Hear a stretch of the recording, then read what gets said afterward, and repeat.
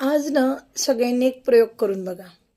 Without mobile म्हणजे मंदिरात वगैरे पण नाही. मंदिरात बसलो तर आपण देवाचा विचार करतो, देवाचा धावा करतो.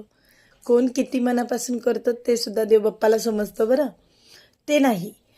देव सोडून किंवा इतर ठिकाणी वाचनाला काही पुस्तक नाही. अशा ठिकाणी 3 तास विदाऊट मोबाईल निसर्गाच्या ह्याच्यात बसून बघा. काय काय विचार मनात येतात ते.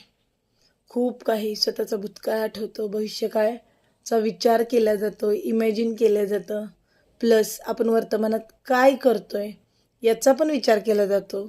समजतं की बऱ्याच गोष्टी चुकतात, पण वळत नाही. तेच कळतं पण वळत नाही.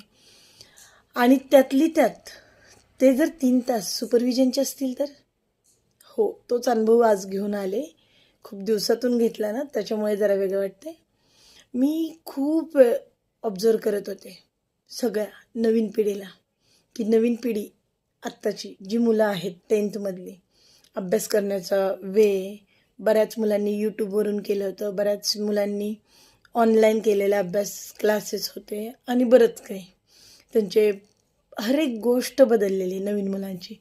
कारण बघा ना, आपल्या 10वीच्या वेळेस क्लासेस करणे, बुक्स वाचणे, अपेक्षित वाचणे, हे जे काही पर्याय होते ते आत्ता राहिलेले नाही आहेत.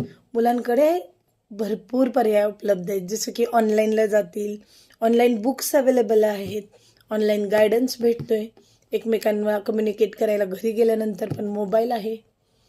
खूप फरक पडलेला आहे आपलं 10वी आणि आत्ताचं 10वी. तुम्ही एखादा ऑब्झर्व केलेला किंवा तुमच्या लक्षात आलेला एखादा अनुभव असेल 10वीचा, ज्याच्यात तुम्हाला असं वाटतं की खूप बदल झालेला आहे, तर माझ्याबरोबर नक्की शेअर करा.